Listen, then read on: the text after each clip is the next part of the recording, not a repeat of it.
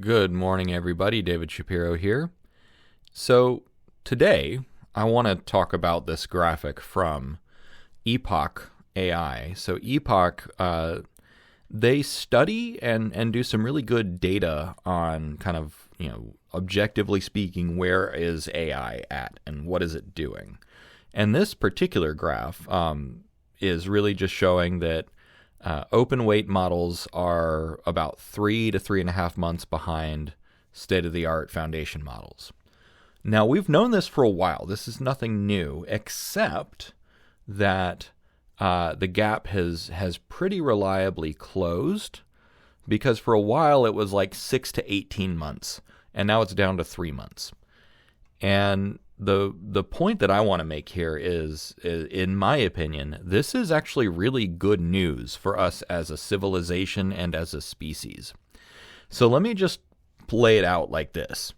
In the dark timeline, AI would have been so arcane and so expensive that literally only a Manhattan 2.0 project could have cracked it.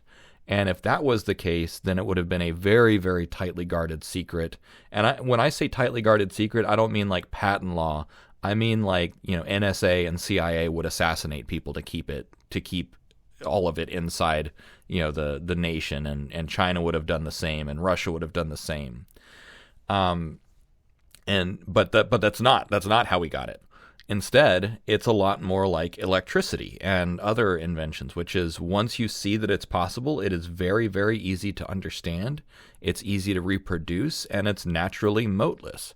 That's one of the implications, the fact that numerous open source projects reach parity with closed source projects within a few months.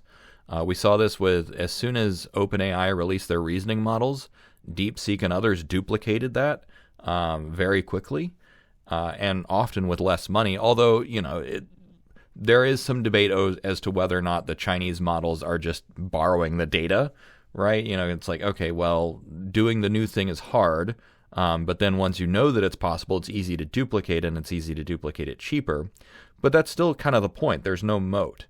What this means is that this technology is intrinsically democratic. You cannot put this genie back in the bottle.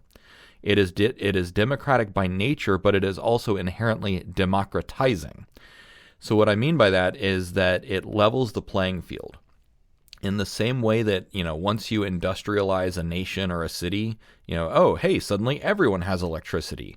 Everyone has internal combustion engines. And those did have an industrial moat, like you did need factories and expertise to set them up, in the same way that you need data centers and expertise to set up AI. But at the same time, if every open source shop and every university and every nation is able to spin up their own AIs, well, then it's intrinsically democratizing. So now every individual or every small company can be just as smart as all the top people on Wall Street, every politician, every think tank, every university. Now, you might say, okay, well, we have no model for this. And I disagree. I think that we actually have several models for this. So number one, the most recent one is the internet. The internet destroyed communication gatekeeping and democratized communication. We're still learning to live with the ramifications of that, with post-truth era and echo chambers and mimetic warfare and all that other fun stuff. But before the internet, mass communication was limited to newspaper, radio, and cable networks. That made the world feel less chaotic, but it was more curated. Now we have the unvarnished messiness of humanity at all times on doomscroll and drip feeds. So that's what I mean by we're still learning to live with that. And you might say, Dave, that doesn't sound good, but also look at what the non-gatekeeping internet has given us, the democratizing of communication. You're able to listen to me because I don't need anyone's permission. Peter Diamandis calls it a permissionless disruptive innovation, a PDI, permissionless disruptive innovation, which is an innovation that there's no legal grounds to keep it in check, and it's disruptive to the way that business is done, or even the way that society works. Now, this also reminds me of the printing press, which, if, as you might recall from school, the printing press kicked off the Renaissance, amongst other things. Double entry bookkeeping also helped, spur the Renaissance along, glass making. There's a ton of inventions. But the printing press was one of the first ways of democratizing information and knowledge. And to be fair, it took a few centuries for it to really kick off. One of the key inflection points of where the printing press really dramatically altered the trajectory of civilization was during the French Revolution, or rather the lead up to the French Revolution. Because the ability to print pamphlets and share them and circulate them was a good way to circulate ideas about the Enlightenment. And people, once they got more and more ideas about, rebuilding a republic and natural law and everything else that went into the Enlightenment, equality before the law, it became very, very compelling. Likewise, we've seen the internet as a strong democratizing force. The Arab Spring as an example. But then also popular protests around the world. We just saw, I think, Tibet or Nepal had a youth uprising because of the internet, because they tried to crack down on Discord. They actually elected a pro temp prime minister on Discord. I mean, come on. That is cool. So artificial intelligence will utterly destroy intellectual gatekeeping again. So between the printing press and the internet, we're doing another thing. So medical science, science broadly, news, political interpretation. AI is the best and greatest transparency technology we've ever created, and it cannot be controlled. You cannot put this genie back in the bottle. And so what I'm saying is that AI, in the long run, will have a larger and faster impact on the trajectory of all of civilization and our species than the printing press and internet did combined.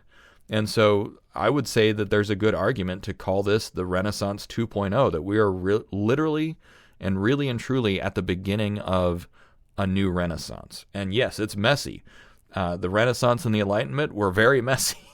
Look at Italian history, where the Renaissance really started, and then look at continental Europe, namely in France, where the Renaissance, late Renaissance, really, really hit hard, and then look at the industrial revolutions that followed, namely in Britain. They were messy, but we're proud of that heritage. We say, hey, look, we were able to bootstrap ourselves as a civilization and launch ourselves clumsily and chaotically into the modern era. Hard things are worthwhile, and that makes them something to be proud of. Now, that's about where I'll end off today, just to point out, this is why I think that it is not hyperbolic to call this the Renaissance 2.0. And the primary thing is just interpreting, what does this data mean? This data means that this technology is intrinsically open sourced. It means that it is intrinsically moatless, and it is intrinsically democratized, but also as an intellectual superpower, it is intrinsically democratizing. It's like the difference between, having books and internet and not. It's night and day difference what AI will ultimately do for the epistemic landscape of humanity. Now, of course, I often called last year, year zero. This year is kind of the year of agents. Next year is the year of robots. And then 2027 is the year of superintelligence. So it's also continuing to improve. This is another thing where any improvements to the printing press were relatively slow. I mean, and when I say slow, I mean they played out over decades or centuries. Improvements to the internet plays out over the span of years, but improvements to artificial intelligence plays out over the span of months. So not only is it a moving target, meaning, even if we froze AI where it is today, it's still going to have dramatic seismic shifts to society. But by the time any of the changes from today's technology settle in, we're going to be 3 or 4 new generations of AI. And then the hardware is improving underneath that as well. So history will record this as a major, major inflection point. And we have the privilege of living through it. The privilege and the cost and the expense. Every major change is painful. The level of pain has yet to be fully realized or understood. And that's why people like me and plenty of others are doing what we do to try and help mitigate the pain and say, hey, there's a huge amount of opportunity here. There's also a huge amount of risk. But that's the name of the game. That is adapt or die, man. So, all right, that's my spiel for the day. Thanks for listening. Take care, everybody.